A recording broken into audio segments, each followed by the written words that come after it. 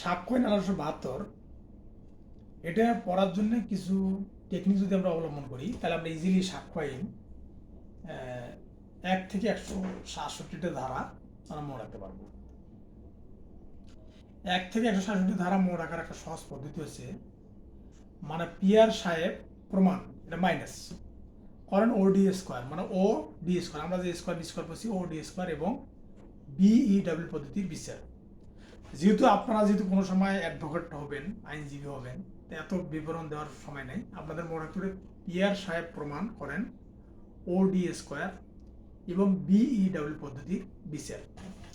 তাহলে পিয়ার সাহেব প্রমাণ করেন ও ডি স্কোয়ার এবং বিই ডাব্লিউ পদ্ধতির বিচার, এই সূত্রটার মধ্যে অর্থাৎ 11টা, এই সূত্রটার মধ্যে 11টা অধ্যায় এবং 1 থেকে 167 ধারা মনে রাখার কৌশল লুকিয়ে আছে।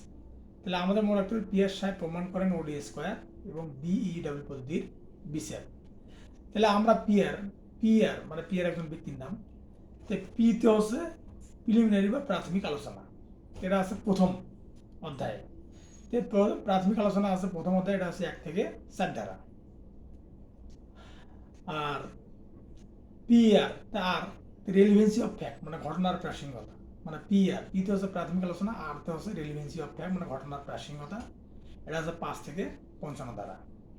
তো পিয়ার সাহেব প্রমাণ করেন, সাহেবের দরকার নেই আমাদের প্রমাণ, তাহলে প্রমাণটা মাইনাস করতে হবে, অর্থাৎ প্রমাণ মাইনাস, তো প্রমাণ করার প্রয়োজন নেই। যেহেতু 5 থেকে 55 ধারা হলো রেলিভেন্সি অফ ফ্যাক্ট ঘটনার প্রাসঙ্গিকতা, আর প্রমাণ করার প্রয়োজন নেই হচ্ছে 56 থেকে 58 ধারা, মানে এটা প্রমাণ করার প্রয়োজন নেই। আমরা জানি যে জুডিশিয়াল নোটিশ যেটা আর কি। তাহলে তৃতীয় অধ্যায়ে দেওয়া আছে প্রমাণ করার প্রয়োজন নাই, সেটা 56 থেকে 58 ধারা। তাহলে প্রথম অধ্যায় হলো প্রাথমিক আলোচনা 1 থেকে 4 ধারা, দ্বিতীয় অধ্যায় হচ্ছে রেলিভেন্সি অফ ফ্যাক্ট মানে ঘটনার প্রাসঙ্গিকতা, এটা হচ্ছে 5 থেকে 55 ধারা। তৃতীয় অধ্যায় আছে প্রমাণ মানে প্রমাণ করার প্রয়োজন নেই, এটা হচ্ছে 56 থেকে 58 ধারা। এবার দেখো চতুর্থ অধ্যায়, এবার হচ্ছে পিয়ার সাহেব প্রমাণ করেন ওডি স্কোয়ার, তো ও তো হচ্ছে ওরাল এভিডেন্স মানে মৌখিক সাক্ষ্য 59 থেকে 60 ধারা, এটা হচ্ছে চতুর্থ অধ্যায়। এবার দেখবো হচ্ছে পঞ্চম অধ্যায় মানে ওডি স্কোয়ার, ডিতে মানে দুটো ডি আছে, তাহলে ডিতে হচ্ছে ডকুমেন্টারি অফ এভিডেন্স মানে ডকুমেন্টারি এভিডেন্স অর্থাৎ দালিলিক সাক্ষ্য। তাহলে আমরা যদি 59 থেকে 60 পড়ছি মৌখিক সাক্ষ্য, তাহলে দালিলিক সাক্ষ্য আছে 61 থেকে 90 ধারার মধ্যে, 61 থেকে 90 ধারার মধ্যে আছে দালিলিক সাক্ষ্য, এটা হচ্ছে পঞ্চম অধ্যায়ের মধ্যে। ওডি স্কোয়ার একটা ডি আছে, মানে exclusion of the oral evidence by documentary evidence মানে মৌখিক সাক্ষ্য দ্বারা, মানে মৌখিক সাক্ষ্য বর্জন। তাহলে মৌখিক সাক্ষ্য বর্জনটা দেওয়া আছে হলো 6ষ্ঠ অধ্যায়ে, মানে ওডি স্কোয়ার মানে একটা হচ্ছে ডকুমেন্টারি এভিডেন্স মানে দালিলিক সাক্ষ্য 61 থেকে 90 ধারা, এটা হচ্ছে পঞ্চম অধ্যায়।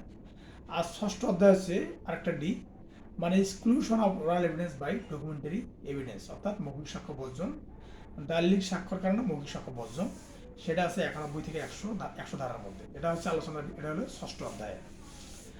আর সপ্তম অধ্যায় আছে বি মানে বিই ডাব্লিউ পদ্ধতির বিচার মানে বার্ডেন অফ প্রুফ, মানে এটা আছে সপ্তম অধ্যায়ে।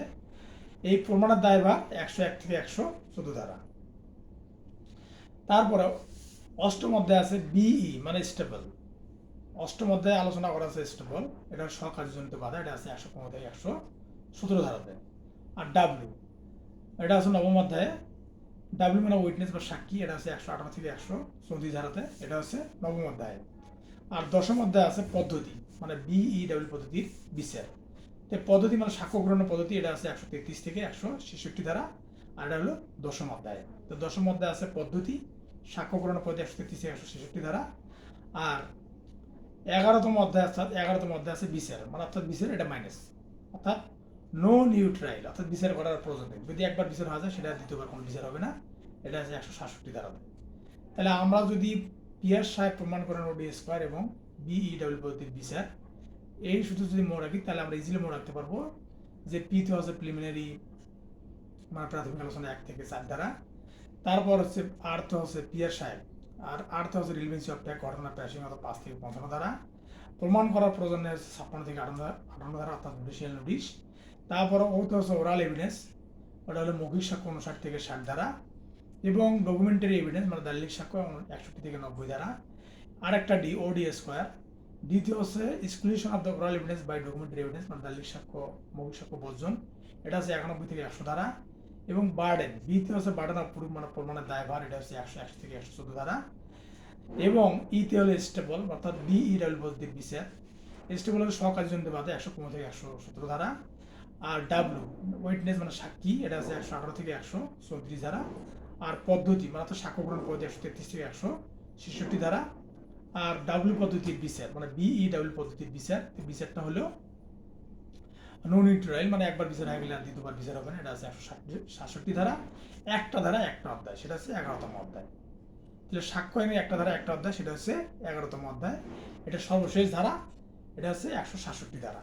তাহলে আমরা যদি মনে রাখি যে পিয়ার সাহেব প্রমাণ করেন রোডি স্কোয়ার এবং বিইডব্লিউ পদ্ধতির বিচার, তাহলে আমরা সাক্ষ্য আইন ইজিলি মনে রাখতে পারবো। আশা করি সকলে বুঝতে পারছেন। যদি বুঝতে না পারেন, আমার স্ক্রিনশট নাম্বার দেওয়া আছে, আপনারা ফোন করবেন, আমি আপনাদেরকে চেষ্টা করবো বোঝানোর জন্য। ধন্যবাদ সবাইকে।